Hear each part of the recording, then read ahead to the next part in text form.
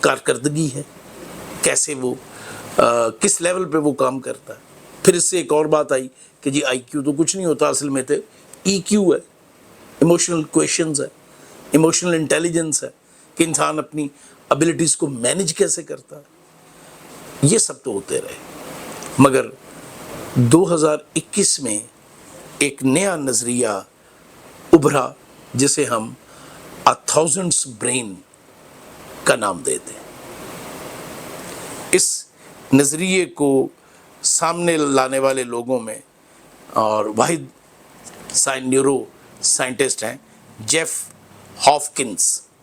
اس نے پہلے تو ریسرچ آرٹیکل لکھا، اس نے کہا جی کہ ذہانت ایک نہیں ہے، انسان کو قدرت نے ایک برین نہیں دیا بلکہ ہزاروں برین دیے ہوئے ہیں، اور یہ برین کارٹیکس ہی کو کہہ رہا ہے۔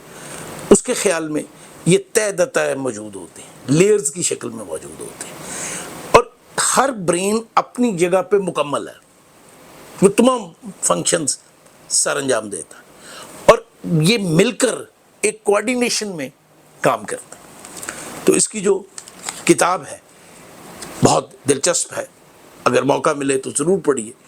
وہ کہتی ہے کہ 3 پارٹ میں اس نے اس کتاب کو لکھا ہے۔ دا سیلف، انسانی ذات کیا ہے، اور اس میں انٹیلیجنس کو ڈسکس کیا۔ پھر مشین انٹیلیجنس کیا ہے، مشین انٹیلیجنس جیسے اب زیادہ تر آرٹیفیشل انٹیلیجنس کا نام دیا جاتا ہے، اور ہیومن انٹیلیجنس کیا ہے۔ تو جب یہ ان کو ایکسپلین کرتا ہے تو وہ کہتا ہے کہ ہیومن انٹیلیجنس جدید نیورولوجیکل سائنسز کی تحقیقات کے مطابق ابھی اس کا بہت تھوڑا پارٹ ہم آرٹیفیشل انٹیلیجنس میں شفٹ کر سکیں۔